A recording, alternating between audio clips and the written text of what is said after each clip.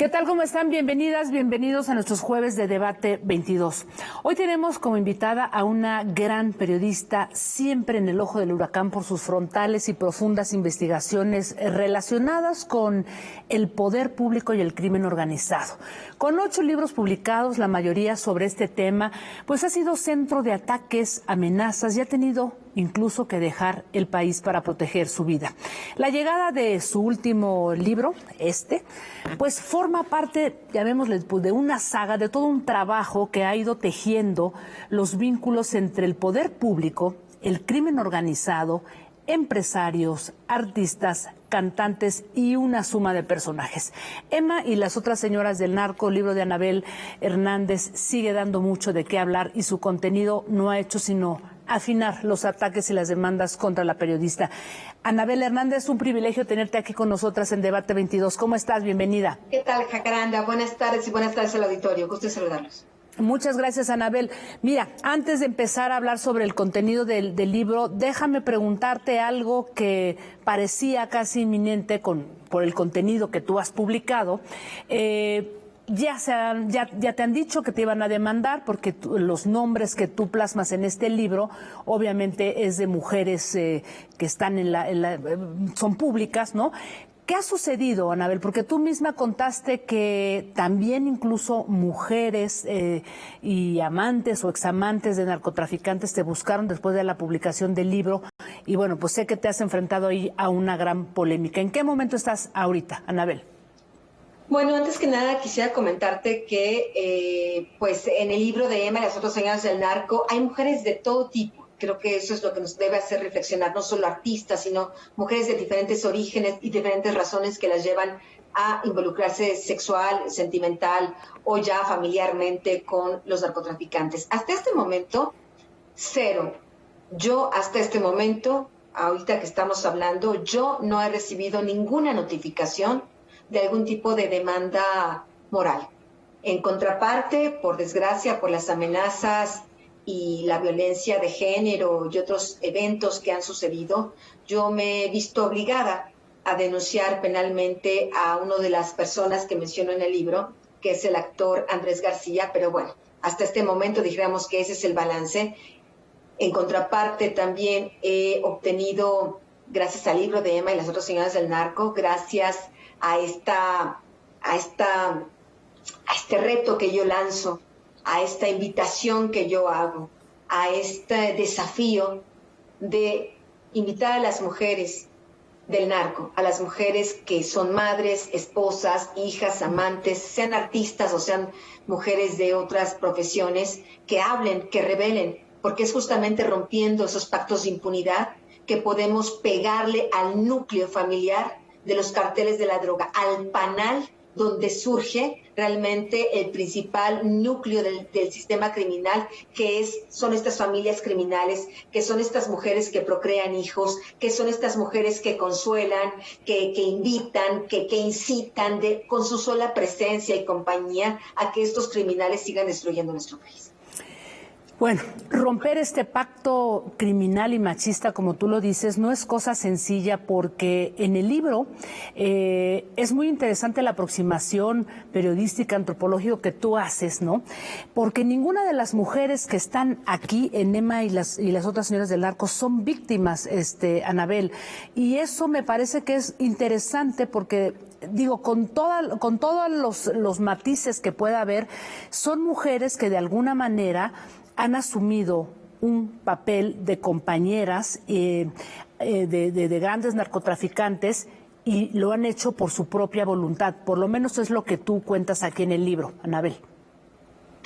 Por desgracia es un papel histórico de la humanidad que cuando estamos hablando de guerras, de masacres, de campos de concentración nazis, de dictaduras como la de Pinochet o la de Franco, de presidentes infames que masacran a sus pueblos, por desgracia es la constante la presencia de mujeres, de esposas, de amantes que están ahí acompañando a estos criminales, que son parte del sistema criminal, al procrear sus hijos, al consolarlos, al besarlos, al aplaudirles, al solaparlos, al al sentirlos no rechazados. Y este rol de la mujer es un rol histórico en el tema del crimen organizado, en el tema de los carteles de la droga en México, es un rol fundamental, hasta ahora muy poco explorado. Generalmente se habla de manera peyorativa, con insultos que yo no ocupo en el libro porque no creo que sea la manera que alguien debe dirigirse a una mujer, como las buchonas, ¿no? Como las muñequitas de la mafia, etcétera, etcétera. Yo pienso que no. Tomémonos en serio el tema y veamos realmente el tema sociológico, antropológico, los papeles que juegan estas mujeres en estas cúpulas de las familias criminales. Y sí, yo sí pienso que son victimarias y a la vez son víctimas de este sistema criminal y de ese sistema machista, porque tú no me dirás que no solo en estos círculos, sino en tantos otros, mujeres incluso académicas, mujeres de recursos económicos, esposas de grandes empresarios, hay un chip en el cerebro de las mujeres mexicanas todavía, en una gran generación, una amplia generación, donde está este chip machista, patriarcal, donde pensamos, muchas mujeres piensan que solo sus cuerpos son el vehículo para acceder a un buen matrimonio, o al poder, o un buen trabajo, ¿no? O a dineros, o a casas, o que solo son objetos sexuales. Y me parece que en esta parte tiene mucho que ver la cultura mexicana y la cultura que hay en los medios de comunicación. Yo me hice muchas preguntas cuando estaba leyendo el libro, porque como tú lo planteas, es ir al corazón, ¿no? Digamos que la parte más íntima de estos criminales y de estos narcotraficantes. Y cuando te das cuenta que es digamos que una burbuja cultural, yo me preguntaba, ¿cómo se rompe esto? ¿Cómo combates al crimen organizado cuando tienes una estructura que está cobijada por la compañía de muchas mujeres y que de alguna manera le está dando fuerza a todo este cuerpo criminal, Anabel? Jacaranda, ese es el punto, uno de los puntos fundamentales que quiere plantear este libro. Porque si bien en México, y pienso que en Latinoamérica, los gobiernos, las fiscalías están muy atrasadas en de entender la visión fundamental, entender el papel fundamental que tienen estas mujeres. Hay países como Italia que llevan más de 20 años analizando el problema y abordándolo desde diferentes vías jurídicas. Por una parte, sancionar a las mujeres esposas, amantes que lavan dinero, porque tomar el dinero sangriento del crimen organizado, del tráfico de drogas, y comprarte una casa en Acapulco, o comprarte una bolsa Chanel, o darte la gran vida, eso es lavado de dinero. Y en Italia y en otros países se sanciona esto y se confisca y se mete a las mujeres a la cárcel. 2, que es una manera de también desalentarlas a que las demás mujeres no sigan estos pasos. 2, hay leyes, por ejemplo, en Italia, que están comenzando a quitarles la patria potestad a estos clanes, en este caso mafiosos, porque es en estos clanes, en estas familias, donde se nacen hijas e hijos que reproducen el sistema criminal. Por eso hablaba yo del panal, de la matriz, de parte de estos grupos criminales. Sin esas familias, estos narcotraficantes no existirían. Si no hubiera una madre que hubiera educado a hijos para ser sucesores del Chapo, hoy la legión del Chapo y esa parte de la facción de Cártel de Sinaloa no existiría. Pero están los chapitos. ¿Por qué están los chapitos? Porque hay una madre, hay un sistema criminal en las familias que los crían de esta manera. Me parece que es ahí donde en México debe haber estas medidas de pensar, ¿qué hacemos con los hijos? Porque cuando son menores de edad, son inocentes, son víctimas, estarás de acuerdo. Y hay una tercera vía, que es el tema de, si hay mujeres que dentro del crimen organizado, que dentro de estas familias criminales, madres, hijas, esposas, amantes, actrices o no actrices, quieran romper estos pactos de impunidad, que la ley, crear leyes, crear sistemas de justicia que las protejan, que las pongan en lugares seguros para que ellas puedan hablar.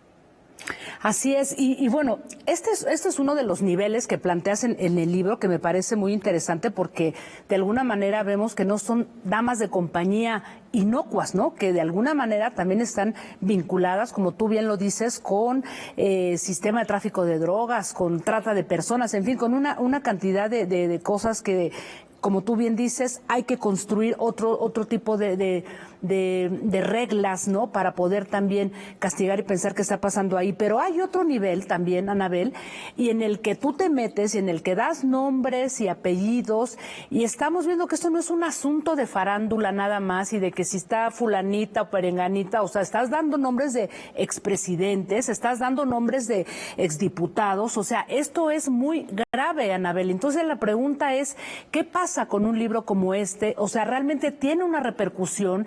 ¿Hay algo que se pueda hacer más allá de conocer los nombres que vemos aquí en este libro? Yo acabo de ser invitada, aún no hay una fecha, pero sí lo haré, a ir al Senado de la República a hacer una presentación con legisladoras del libro. Justamente voy a hacer una presentación del libro con legisladoras, justamente para replantear la visión, el esquema de justicia, el esquema de leyes, para ver cómo desde el Estado se puede desalentar que mujeres de cualquier clase social o de cualquier profesión se enrolen, sientan que esa vida es apetecible, sientan que eso es una opción y que no hay consecuencias. Debe haber consecuencias. En segundo lugar, sí pienso que hay toda una cultura en México, por desgracia. Hay toda una permisidad, hay una tolerancia generada por la impunidad. Medios de comunicación, cine, plataformas, series. Claro, donde pareciera que ser narco, ser novia del narco, amante del narco, cantarle a los narcos es muy fashion, muy nice. Lo que yo estoy queriendo en el libro es romper estos clichés y demostrarles caso por caso, porque ahí cada capítulo es el caso de una mujer que está en la cúpula, que diríamos las reinas, las primeras damas del narco. No, ellas viven como esclavas y no hay historia que termine bien. Está el tema, por ejemplo, el capítulo de Blanca Garibay, que es una tragedia. Esta mujer nunca ha pisado la cárcel, pero lo que pasó entre sus hijos, hombre y mujer, en esa familia, en esa casa, en ese núcleo familiar, y cómo los dos terminan muriendo. A Blanca hubiera sido bueno que fuera en la cárcel, pero el castigo la dinámica que ella misma propició, le da la vida, es ejemplar, y ese es el tema del libro, tratar de poner el tema a discusión y desalentar, por supuesto, este tipo de prácticas de mujeres que se involucran con estos hombres. Anabel, déjame hacer una breve pausa porque quiero seguir conversando contigo, sí de este libro, pero de todo lo que de alguna manera engloba tu literatura, porque todos tus libros se conectan y no podría yo pues dejarte ir sin preguntarte cómo se conecta esto con lo que acabamos de escuchar apenas hace unos días con el tema Ayotzinapa. Así es que si te parece, regreso después de esta pausa. Volvemos.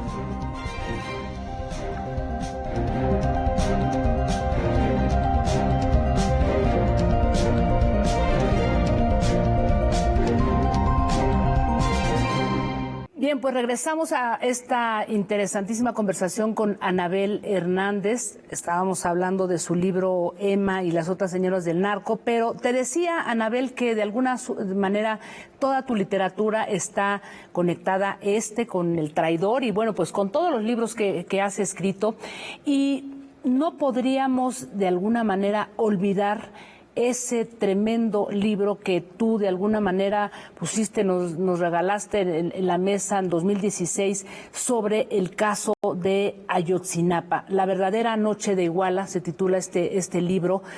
¿Qué decir con todo lo que estamos viendo y cómo conectamos, ¿no? El tema del narcotráfico, los vínculos con el poder público, en fin, ¿cómo has visto este tema, Anabel? Bueno, pues efectivamente durante los últimos 17 años de los 30 años que llevo de periodista de investigación, me he focalizado y me he especializado en la investigación específica del cártel de Sinaloa, de los Beltrán Leiva, del cártel de los Beltrán Leiva y de todas sus vertientes. Por eso en todos mis libros, las familias de ellos, estos hombres, los hombres a quienes ellos sobornan, los militares que trabajan para ellos, son una constante. justamente en el libro de Emma y las otras señales del narco, gracias a un testigo presencial de los hechos.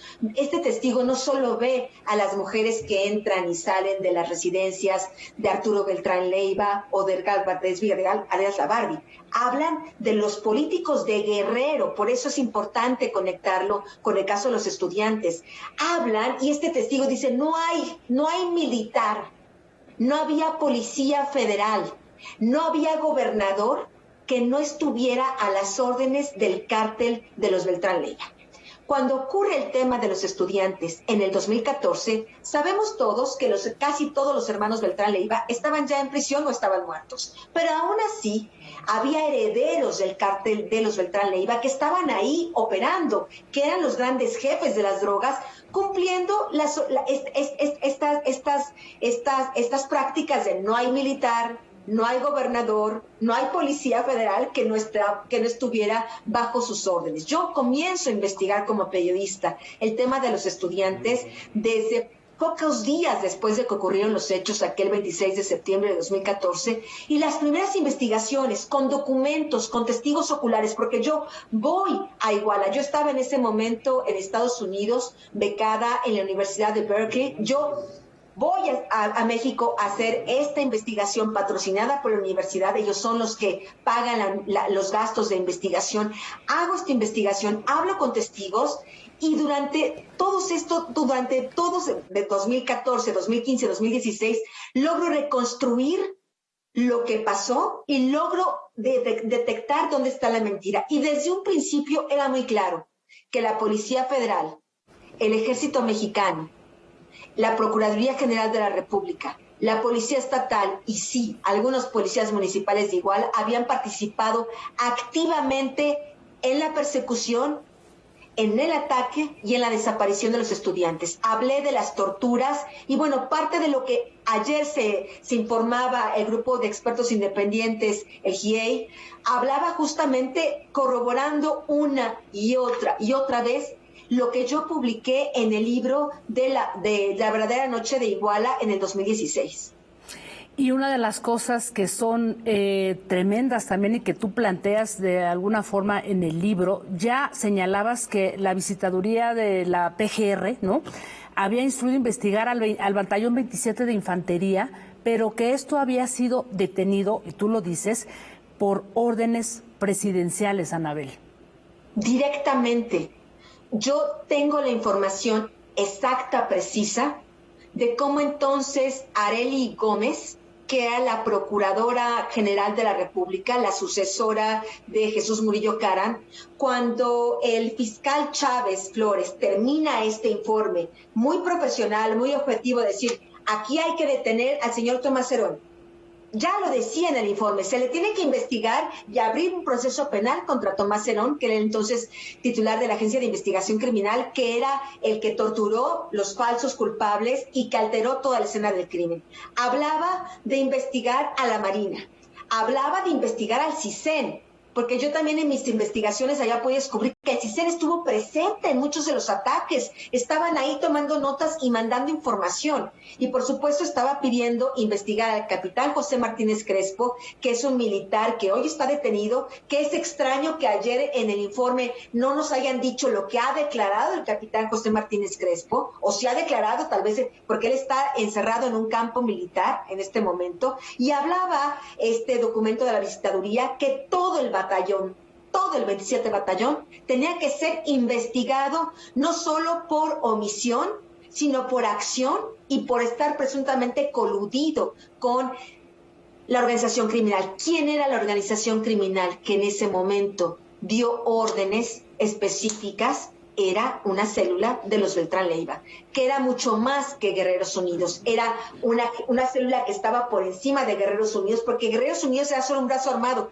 Quien tomaba las decisiones no eran estos sicarios de menor nivel de Guerreros Unidos, eran los líderes de Guerreros Unidos, que uno es el Elegante y otro todo indica que podría ser un hombre de apellido Figueroa, hermano del cantante ya finado Joan Sebastián. ¿Qué hacemos con toda esta información, Anabel? Porque al vincularlo justamente con tu libro y todo lo que planteas, esos vínculos fuertes que se trazan en Guerrero, y a propósito de lo que decían los expertos del GIEI hace algunos días, es que esto, o sea, no es el final, ¿no? Esto podría seguir ocurriendo, estas estructuras podrían seguir operando en el país. ¿Qué hacemos con toda esta información y hacia dónde, Anabel? Yo creo que es importante ver todo el informe que ayer dio el GIEI con una visión muy crítica y solidaria como mexicanos. Lo que ayer el GIEI realmente reveló es que esta cadena de complicidades no ha terminado, que aún en el presente gobierno de Andrés Manuel López Obrador se sigue protegiendo al ejército. Cualquiera que lea la Constitución sabe que el mando supremo de las fuerzas militares es el presidente de la República. No vivimos en una dictadura militar, vivimos, se supone, en una democracia, donde hay un jefe del Ejecutivo que es un presidente. El presidente ordena al secretario de la Marina y ordena al secretario de Defensa Nacional. Que ayer el GIEI nos haya dicho que ni la Marina ni la Secretaría de Defensa Nacional quiere entregar la información, eso significa o dos cosas: o que el presidente realmente está simulando que quiere resolver el caso, pero sigue protegiendo a los militares, o la segunda, que sí vivimos en una dictadura militar y que los militares tienen más poder que el presidente. No lo creo que más bien es la primera opción. ¿Y eso qué significa? Que hoy tenemos a la cúpula militar que hoy está en el poder, como Crescencio Sandoval. Él estaba en funciones en aquel 2014. Él era uno de los hombres más cercanos a Salvador Cienfuegos. Muchos de los militares que hoy están en el poder eran parte de eso. Cuando hoy el presidente de la República dice, esto no se ordenó ahí en Guerrero, esto viene de oficinas centrales. Esto viene de la oficina de Salvador Cienfuegos, porque digo, esas son las oficinas centrales de la Secretaría de Defensa Nacional. ¿Quién estuvo de invitado de honor en la inauguración del Aeropuerto Internacional Felipe Ángeles? Estuvo Salvador Cienfuegos, uno de los principales partícipes, encubridores y desviando la investigación del caso de Ayotzinapa. Cuando vemos a un Salvador Cienfuegos ahí desfilando con uniforme en el grupo VIP del ejército que inauguró el aeropuerto, y cuando el presidente nos dice que quiere resolver el caso, vemos ahí dos contradicciones que son muy claras de por qué el caso, 3 años después de que inició el nuevo gobierno, no se ha resuelto. La única manera de entender que no se ha resuelto es porque aún está el pacto de impunidad y porque se está protegiendo a los militares y a policías federales y a la Marina y a miembros de la Procuraduría General de la República que participaron en esos hechos. Anabel, un poco para ir cerrando, porque aquí podríamos conversar contigo de muchísimo tiempo más, pero desafortunadamente el programa está por terminar. Yo quisiera preguntarte, y para cerrar y volver a conectar con tu libro, a propósito de todo esto que tú cuentas, ¿cuál podría ser esa salida que tú ves posible, ¿no?, ante todo un sistema criminal, insisto, y como lo planteas en el libro, que está acuerpado, que está apuntalado por una fuerza cultural muy importante, en donde las mujeres, voluntaria o involuntariamente, juegan un papel importante? ¿Cómo hacerlo? Ya hemos visto que las políticas de violencia no funcionan, pero tampoco la de amor y paz. Entonces, ¿dónde estamos parados y qué hacer frente a lo que tú nos has revelado en este libro? Yo pienso que estamos los mexicanos en un momento de reflexión muy importante, porque tenemos que entender que el futuro de la nación no la va a resolver un hombre, no lo va a resolver una institución. Lo vamos a resolver los millones de mexicanos que de tantas maneras sufrimos cotidianamente las repercusiones de esta violencia, de esta corrupción y de esta impunidad. Y me parece que la primera manera de resolverlo es despertarnos. Por desgracia, después de 20 años de guerra entre los carteles de la droga, porque la guerra inició con Vicente Fox cuando él comenzó a proteger al cártel de Sinaloa, 20 años de guerra entre los carteles de la droga, donde el gobierno y diferentes instituciones son parte de un cartel u otro, nos han adormecido. Hoy pareciera que la violencia, que los descuartizados, que los fusilamientos, que con los ataques en los palenques, etcétera, etcétera, son parte de la normalidad. Yo lo que me extraña, lo que me sacude, lo que no termina de no conmoverme y escandalizarme es cómo la sociedad se va adormeciendo, cómo pareciera que esta violencia es como un sedante, donde ya cada uno ve para su propio santo y donde pareciera que ya no nos importa lo que es el país y nos hemos vuelto indiferentes. Creo que la manera de hoy exigir al gobierno que sea gobierno y no compadre o tapadera de narcotraficantes o de funcionarios corruptos es exigir. Y la manera de exigir es no perder nuestra capacidad de indignarnos. Si los mexicanos perdemos nuestra capacidad de indignarnos, si perdemos nuestra capacidad de empatía con la otra víctima que está al lado, hemos perdido este país.